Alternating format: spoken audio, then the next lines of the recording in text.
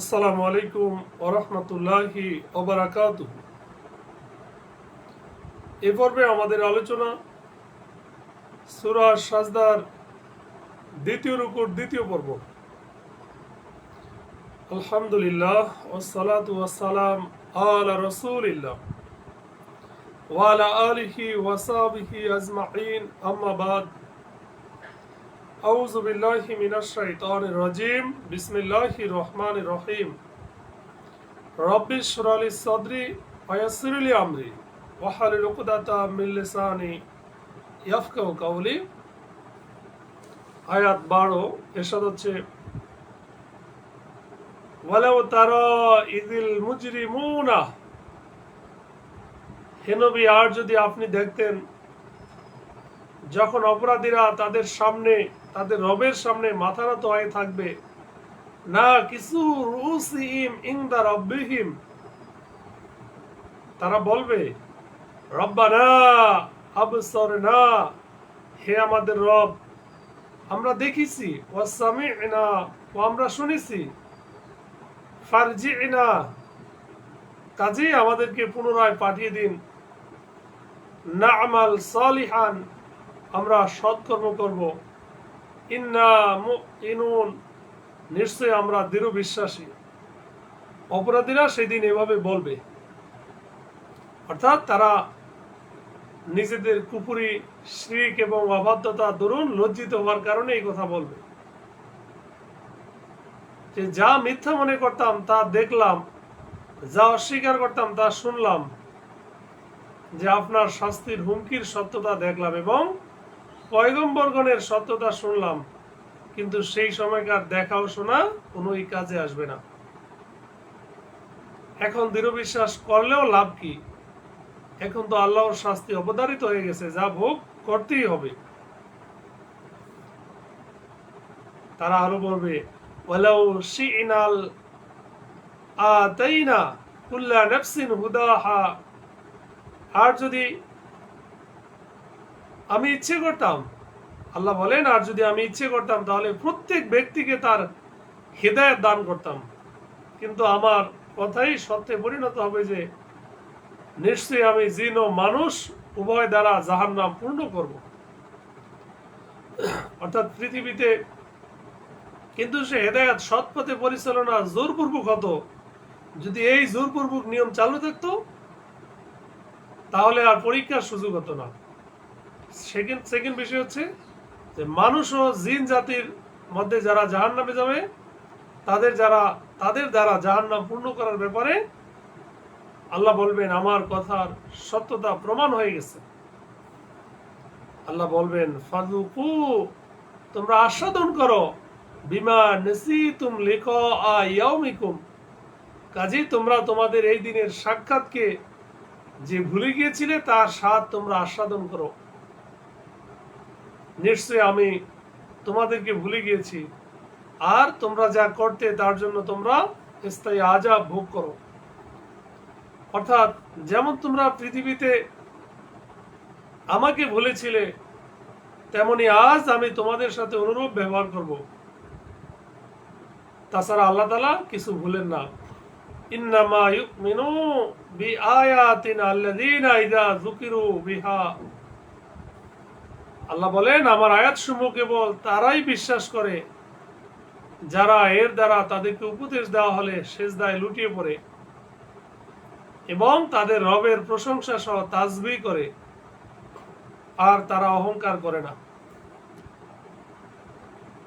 তো সম্মানিত সুধী, অর্থাৎ তারা আল্লাহর আয়াতের প্রতি সম্মান প্রদর্শন করে এবং তার প্রতাপ ও শাস্তিকে ভয় করে, প্রতিপালককে ওই সকল জিনিস থেকে পবিত্রতা ঘোষণা করে যা তার সত্তার জন্য শোভনীয় নয়, এবং তার সাথে সাথে তার নিয়ামতের উপর তার প্রশংসা বর্ণনা করে থাকে, যার মধ্যে সর্ববৃহৎ ও পূর্ণাঙ্গ নিয়ামত হলো ইমানের প্রতি হেদায়াত। এরপরে বিষয় হলো যে আনুগত্য মান্য করার পথ অবলম্বন করে ইমানদাররা মূর্খ কাফেরদের মতো অহংকার করে না, কারণ আল্লাহর ইবাদত থেকে অহংকার বশত বিরত থাকা জাহান্নামে যাওয়ার কারণ হয়ে দাঁড়ায়।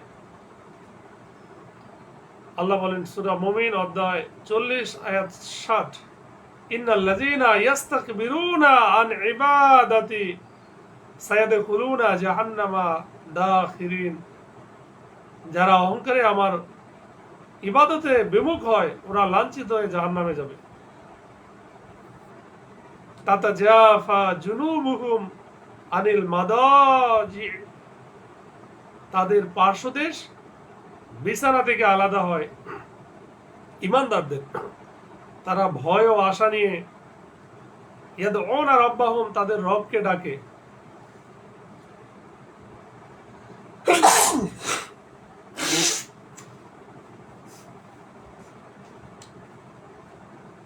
তো এই আয়াতে ইমানদারদের আরেকটি বৈশিষ্ট্য বর্ণনা করা হয়েছে, তা কি? অমিম্মা রাযাকনাহুম ইউনফিকুন, আল্লাহ বলেন আমি তাদেরকে যে রিজিক দিয়েছি তা থেকে তারা ব্যয় করে। তো হাদিসে এই ব্যাপারে অনেকগুলো বিষয় আসছে।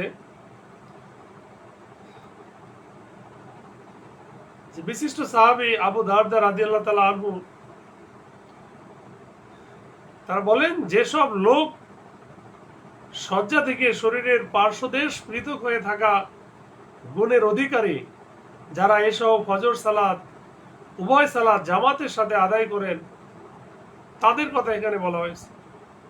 তার মানে প্রথম বিষয় হচ্ছে যে রাত্রে উঠে তাহাজ্জুদ পড়ে, তওবা ও ইস্তিগফার করে, আল্লাহর পবিত্রতা ও প্রশংসা বর্ণনা করে এবং দোয়া ও রোদন করে। দ্বিতীয় বিষয় হচ্ছে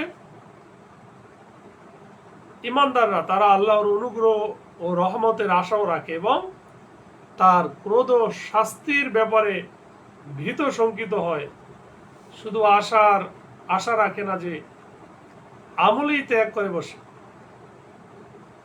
অর্থাৎ তারা আল্লাহর রহমত থেকে নিরাশ হয় না, আর তারা আল্লাহর দেওয়া রিজিক থেকে দান করে, অর্থাৎ তারা যাকাত সদকা উভয়ই দিয়ে থাকে। ফালা তা'লামু নাফসুম মা উখফিয়া লাহুম মিন কুররাতি আয়ুনিহ, অতঃপর কোনো ব্যক্তি জানে না তাদের জন্য চোখ জুড়ানো কি জিনিস লুকিয়ে রাখা হয়েছে, তারা যা করত তার বিনিময় স্বরূপ। তো হাদিসে কুদসিতে আসছে যে আল্লাহ রাসূল সাল্লাল্লাহু আলাইহি সাল্লাম বলেছেন, আল্লাহ তাআলা বলেন আমার সৎকর্মশীল বান্দাদের জন্য আমি এমন সব জিনিস তৈরি করে রেখেছি যা কখনো কোনো চোখ দেখেনি, কোনো কান শুনেনি এবং কোনো মানুষ কোনোদিন তা কল্পনাও করতে পারে না। আল্লাহ রাসূল আরো বলেন, মুসা আলাইহিস সালাম আল্লাহকে বললেন জান্নাতে কার অবস্থানগত মর্যাদা সবচেয়ে সামান্য হবে? তিনি বললেন সে এক ব্যক্তি, তাকে সমস্ত জান্নাতীরা জান্নাতে প্রবেশ করার পরে জান্নাতের নিকট নিয়ে আসা হবে, তাকে বলা হবে জান্নাতে প্রবেশ করো। সে বলবে হে রব, সবাই তাদের স্থান নিয়ে নিয়েছে, তারা তাদের যা নেবার তা নিয়েছে। তখন তাকে বলা হবে তুমি কি সন্তুষ্ট হবে যদি তোমাকে দুনিয়ার বাদশাদের রাজত্বের মতো রাজত্ব দেওয়া হয়? সে বলবে হে আমার রব, আমি সন্তুষ্ট। তখন তাকে বলা হবে তোমার জন্য তাই রইল, আরো অনুরূপ, আরো অনুরূপ, আরো অনুরূপ। এভাবে পঞ্চমবারে আল্লাহ বলবেন তুমি কি সন্তুষ্ট হয়েছ? সে বলবে হে রব, আমি সন্তুষ্ট।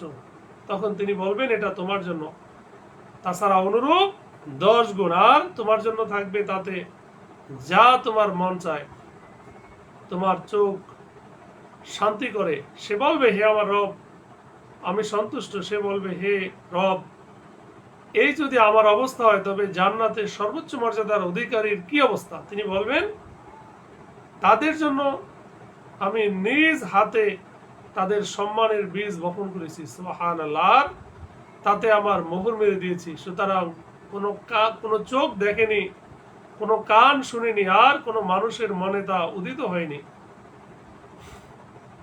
অন্য হাদিসে আল্লাহ রাসূল বলেছেন যে কেউ জান্নাতে যাবে, নিয়ামত প্রাপ্ত হবে, সে কোনোদিন নিরাশ হবে না, তার কাফর পুরানো হবে না, আর তার যৌবন নিঃশেষ হবে না। সুবহানাল্লাহ। আয়াত 18 আফামান কানা মুমিনান কামান কানা ফাসিকা লা ইয়াস্তাউন, যে ব্যক্তি মুমিন সে কি ফাসিক ব্যক্তির মতো? মুমিন ফাসিক কখনো সমান নয়। অর্থাৎ আল্লাহর নিকট ইমানদার মোমেন ও সত্যত্যাগী কাফের কখনো সমান নয়, বরং তাদের উভয়ের মাঝে বিরাট পার্থক্য ব্যবধান হবে। মোমেন আল্লাহর মেহমান হয়ে সম্মানের পাত্র হবে, আর ফাসিক ও কাফের শাস্তির শিকলে বাধা অবস্থায় জাহান্নামের অগ্নিকুণ্ডে জ্বলতে থাকবে। আম্মাল্লাযীনা আমানু ওয়া আমিলুস সালিহাত, যারা ঈমান আনে ও আমলে সালেহ করে, ফালাহুম জান্নাতুল মাওয়া, তাদের বাসস্থান হবে জান্নাত, নুজুলাম বিমা কানু ইয়ামালুন, তারা যা করত তার আপ্যায়ন হিসেবে। আর বিপরীত কি? ওয়াম্মাল্লাযীনা ফাসাকু, আর যারা ফাসিক পাপাচারী, ফামাওয়াহুমুন নার, তাদের বাসস্থান হবে জাহান্নামের আগুন। যখনই তারা তা থেকে বেরোতে চাইবে তাদেরকে তাতেই ফিরিয়ে দেওয়া হবে এবং তাদেরকে বলা হবে, তোমরা আগুনের আযাব আস্বাদন করো যাকে তোমরা অস্বীকার করতে। অর্থাৎ দোজখের শাস্তির কঠিনতা ও ভয়াবহতা দেখে ঘাবড়ে গিয়ে বাইরে বের হয়ে আসতে চাইবে। তখন জাহান্নামের ফেরেশতাগণ তাদেরকে পুনরায় দোজখের গভীরতায় ধাক্কা দিয়ে ফেলে দেবেন। সেকেন্ড বিষয় হচ্ছে, এটা ফেরেশতাগণ বলবেন বা আল্লাহর পক্ষ থেকে আওয়াজ আসবে, সে যাই হোক, সেখানে মিথ্যা জ্ঞানকারীদের লাঞ্ছিত ও অপমানিত করার যে ব্যবস্থা আছে তা অস্পষ্ট নয়। আল্লাহ আমাদের সঠিক বুঝ দান করুক। আয়াত 21, আল্লাহ বলেন, ওয়ালা নুযীকুন্নাহুম মিনাল আযাবে, আর অবশ্যই আমি তাদেরকে গুরুতর আযাবের পূর্বে লঘু আযাব আস্বাদন করাবো যাতে তারা ফিরে আসে। তো এখানে ছোট মানে নিকটতম শাস্তি বলে ইহলৌকিক শাস্তি বা বিপদ আপদ রোগ ব্যাধিকে বোঝানো হয়েছে। অনেক নিকটের অর্থ হলো বদর যুদ্ধে কাফেররা হত্যার মাধ্যমে যে কষ্ট পেয়েছিল সেই শাস্তি, অথবা মক্কাবাসীদের উপর যে দুর্ভিক্ষ এসেছিল উদ্দেশ্য তা, অথবা কবরের আযাবকে বোঝানো হয়েছে। এ পর্বের শেষ আয়াত, আল্লাহ বলেন, ওমান আযলামু মিম্মান যুক্কিরা বিআয়াতি রাব্বিহি সুম্মা আরাদা আনহা, আর তার চেয়ে বড় জালেম আর কে, যাকে সিও রবের আয়াতসমূহের মাধ্যমে উপদেশ দেওয়ার পর তা থেকে মুখ ফিরিয়ে নেয়। আল্লাহ বলেন, নিশ্চয়ই আমি অপরাধীদের কাছ থেকে প্রতিশোধ গ্রহণকারী।